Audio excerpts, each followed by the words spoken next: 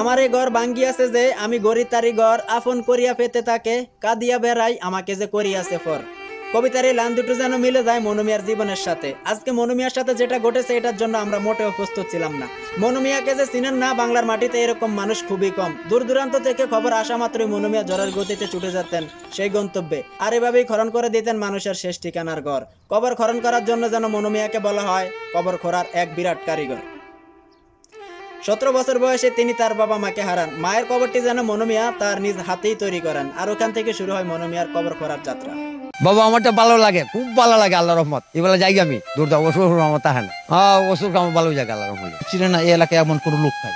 ঘুর খুদ হিসেবে তার বিশেষ একটা পরিচিত। যখনই কোনো লোক মারা যায় তখন তিনি ঘোড়া নিয়ে ছুটতে থাকেন। এটা তার পেশা নয়, আমরা জানি নেশা। তত্ত্ব হারিয়ে ফেলে বা মা বা বাবা কখন মারা গেল সেই ডেটটা আমাদের কাছে থাকে না। মনুমের কাছে গেলে সেই ডেটটা পুঙ্খানুপুঙ্খ রূপে পাওয়া যায়। এ পর্যন্ত আমার জানার মধ্যে প্রায় 3000 গৌর উনি খনন করেছেন। তার এই 64 বছর বয়সে তিনি 3000-এরও অধিক কবর খনন করেন। বিনিময়ে নেন না কোনো পারিশ্রমিক, নেন না কোনো উপহার।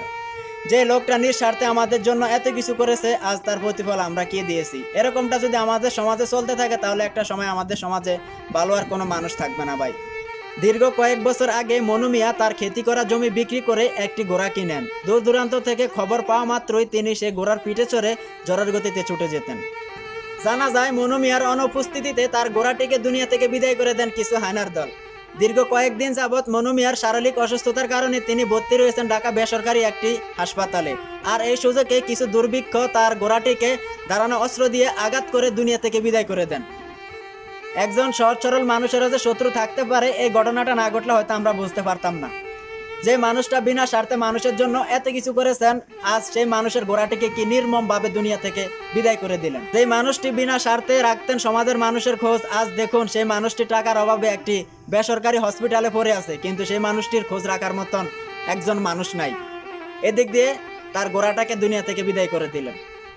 আমাদের সমাজে ভালো মানুষ আর খুঁজে পাওয়া যাবে না ভাই। এরকমটা যদি ঘটতে থাকে আমাদের সমাজে প্রতিনিয়ত, তাহলে একটা সময় আসবে আমাদের সমাজের ভালো কোনো মানুষ খুঁজে পাওয়া যাবে না। মনুমিয়ার কোনো ছেলে সন্তান নাই, তার স্ত্রী আর মনুমিয়া দুইজন মানুষ থাকতেন নিঃস্বার্থে। নির্মমভাবে উনি যেখানে খবর পেতেন ওখানেই ছুটে যেতেন, আর এইভাবে তৈরি করে দিতেন মানুষের শেষ ঠিকানার ঘর।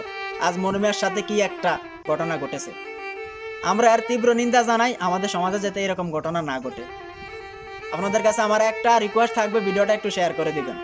আর যদি সামর্থ্য থাকে তাহলে এই মনুমিয়ার পাশে একটু দাঁড়ান। মনুমিয়ার শেষ সম্বল ছিল এই ঘোড়াটি, আজ এই ঘোড়াটিকে দুনিয়া থেকে বিদায় করে দিলেন কিছু দুর্বৃক্ষরা। কি অপরাধ ছিল একটি বগ্ধন জিনিস, তার কি অপরাধ ছিল, সে কি বুঝতো? এটি তো কোনো ফসল নষ্ট করেছে, এটি একটি ঘোড়া। ঘোড়াটির সাথে তাদের কি শত্রুতা ছিল? আজ কোন অপরাধে সে ঘোড়াটিকে দুনিয়া থেকে বিদায় করে দিলেন?